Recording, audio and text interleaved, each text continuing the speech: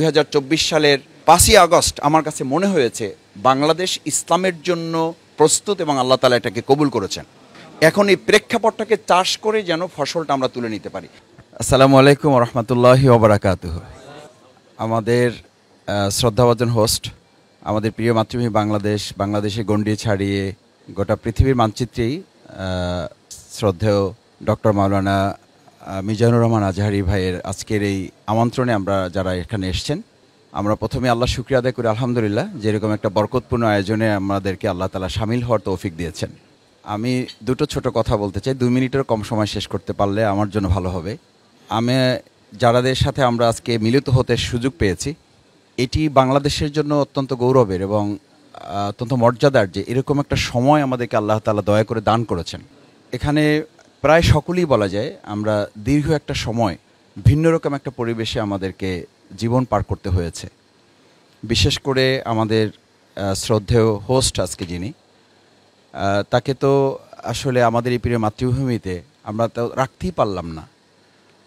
আল্লাহ তাআলা আমাদেরকে এই সুযোগ দিয়েছেন। আবার আরেকবার অন্তরস্থল থেকে শুকরিয়া আদায় করছি আলহামদুলিল্লাহ। আল্লাহ যেন স্থায়ীভাবে আমাদের প্রিয় মাতৃভূমির জন্য প্রথমত এই সময়টাকে নেয়ামত হিসেবে বর্ধিত করে দেন। দ্বিতীয় হচ্ছে, আমি হুজুরের ওয়াজ থেকে একটু কথা বলি, সেটা হচ্ছে অহুয়াল গফুরুল ওয়াদুদ। আসলে আমাদের প্রতি মানুষের এই ভালোবাসা, আমাদের এই বক্তব্য, আমাদের এই কারো লেখনী, এটির আলাদা কোনো কৃতিত্ব আছে বলে আমার কাছে মনে হয় নাই। এটা নিতান্তই আল্লাহ তাআলার দান তার বান্দার প্রতি।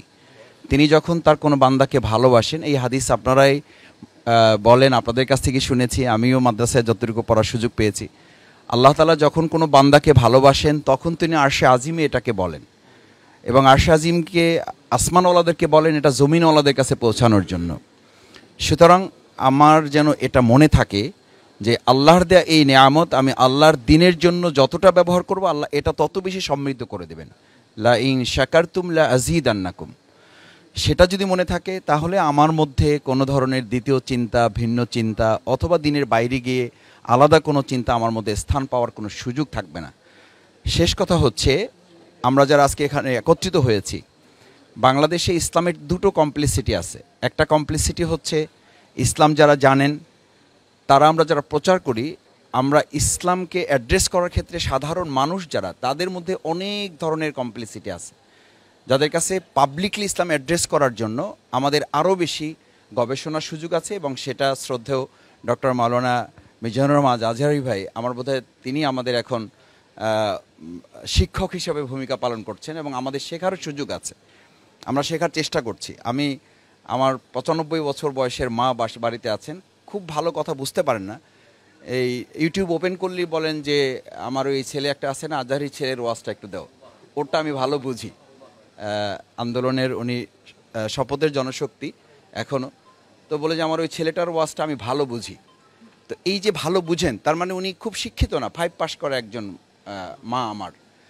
কিন্তু এই 5 পাস করা একজন মানুষ তার কথাটা বোঝে, তার মানে হচ্ছে ইসলামটাকে আমরা যেভাবে জটিল করছি এটাকে সহজ করার সুযোগ তো আছে।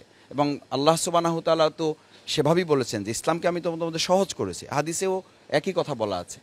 তো এটা হচ্ছে আমার আবেদন আমাদের সকলের কাছে, যে আমরা সহজ করে সহজভাবে মানুষের কাছে এটাকে কীভাবে পৌঁছানো যায়। আল্লামা দেলোয়ার হোসেন সাঈদী রাহিমাহুল্লাহ, তার জন্য আমরা দোয়া করি আল্লাহ তাকে জান্নাতুল ফেরদৌস নসিব করুন। তিনিও এই ধারাটা তৈরি করে রেখে গেছেন, যার কারণে তিনি দল মতের ঊর্ধ্বে উঠে সবাই তার কথা শুনতে আসতেন।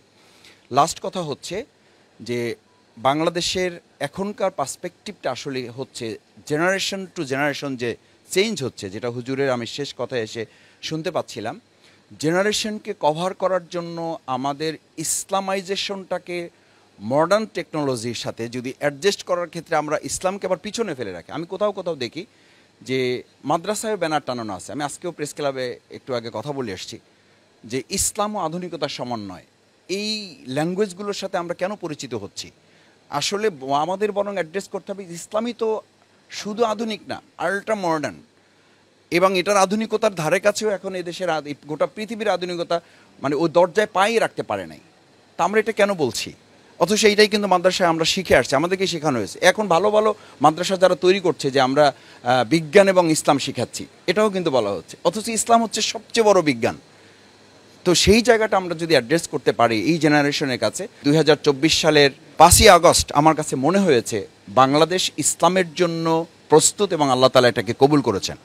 এখন এই প্রেক্ষাপটটাকে চাষ করে যেন ফসলটা আমরা তুলে নিতে পারি, সেই দায়িত্ব আমার সামনে যারা আছেন, আমার শ্রদ্ধেয় শিক্ষক উস্তাদ তুল্য, আমি অনুরোধ করব আমাদের সন্তানদের, আমাদের শিক্ষার্থীদের অর্জিত এই বাংলাদেশ আল্লাহ তাআলা দয়া করে দান করেছেন, ইসলামের জন্য উন্মুক্ত করেছেন, এটাকে এখন ফসল তুলে যেন আমরা ঘরে ঘরে পৌঁছে দিতে পারি, সেই প্রত্যাশা ব্যক্ত করে আমার কথা শেষ করছি। আসসালামু আলাইকুম রহমতুল্লাহ।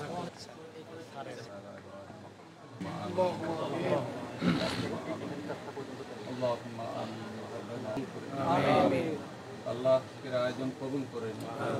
আমরা যে মহব্বত ভালোবাসা নিয়ে এসেছি আল্লাহ